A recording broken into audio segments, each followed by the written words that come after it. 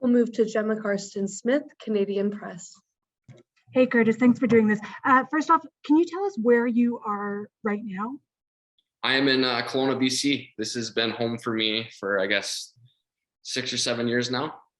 Cool. And you said that you've got some friends on the team. Who are those friends and what have they told you about this iteration of the Canucks? Yeah, I mean, you can start with Bo Horvat. Very, very familiar with him just throughout Hockey Canada events. I've already reached out to him.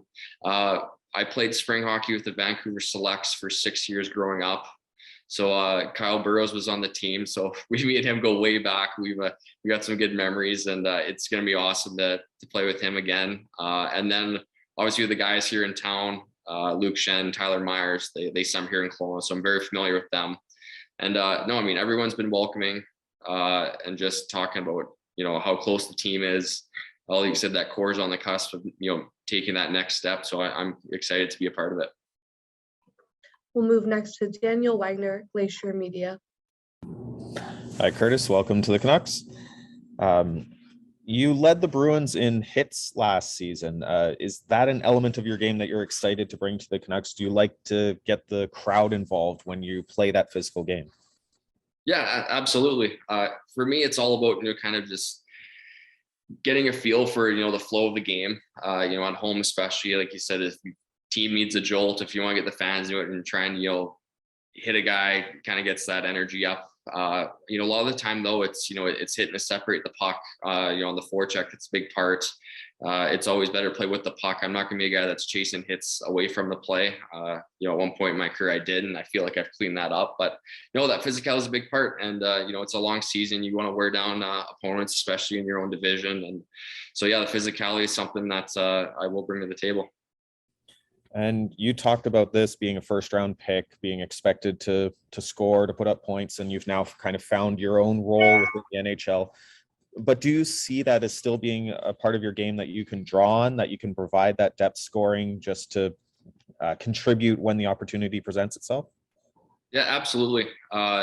Again, that's what's exciting for myself. I mean, yeah, I'm 27, but I see myself just kind of entering my prime where, I understand the league. I think next year's going to be my ninth year in the NHL.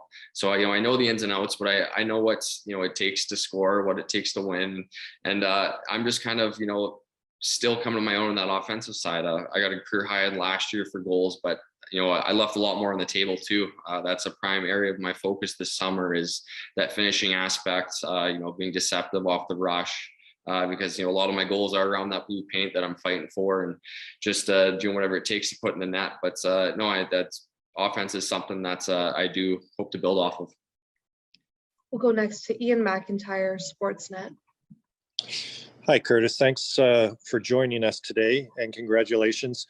You've talked a little bit about that journey. What do you wish you knew now, what do you wish you knew then that you know now, as far as building a career? What do you think has allowed you to finally find this niche and kind of settle in?